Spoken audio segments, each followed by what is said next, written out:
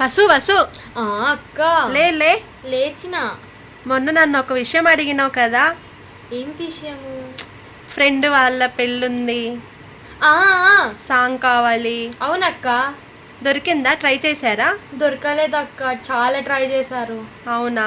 మళ్ళీ ఇంకా ట్రై చేస్తున్నారా? చేస్తున్నారు అక్క. పెళ్ళి ఎప్పుడుంది? Next month. ఓకే, నువ్వు చెప్పిన తర్వాత నేను ట్రై చేసావసు. అవునా? మనకు తెలిసిన వాళ్ళు ఉన్నారు. అదే విషయం మన సబ్స్క్రైబర్స్కి చెప్దామా? చెప్దాం. ఫ్రెండ్స్, మ్యారేజ్ అంటే మన లైఫ్ టైంలో ఒక మెమొరీ, మర్చిపోలేని మెమొరీ. అదే మెమొరీని మనం ప్రీ వెడ్డింగ్ షూట్ లాగా చేసుకుంటే ఎంత బాగుంటుంది. మనం లైఫ్ టైం చూసుకోవడానికి వీలుంటుంది. మరి ఆ ప్రీ వెడ్డింగ్ షూట్ని మనం షూట్ చేసి మూవీ సాంగ్స్ ఎందుకు యాడ్ చేసుకోవడం?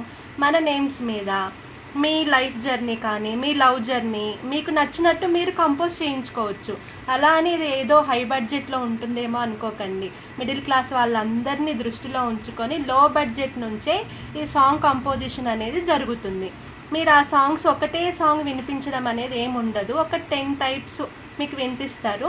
మీకు ఏదైతే ఏ సాంగ్ నచ్చుతుందో అది చూస్ చేసుకోవచ్చు. వన్స్ మీకు ఇచ్చిన తర్వాత ఆ సాంగ్ లిరిక్స్ అనేవి వేరే వాళ్ళకి ఇవ్వడం అనేది జరగదు. మీరు కూడా ఈ విధంగానే మీ పేర్ల మీద ఓన్ సాంగ్ కంపోజ్ చేసుకోవాలనుకుంటే, ఎవరికైనా ఇంట్రెస్ట్ ఉంటే నా ఇన్స్టా ఐడి చెప్తాను, రమ్య జాదవ్ డి.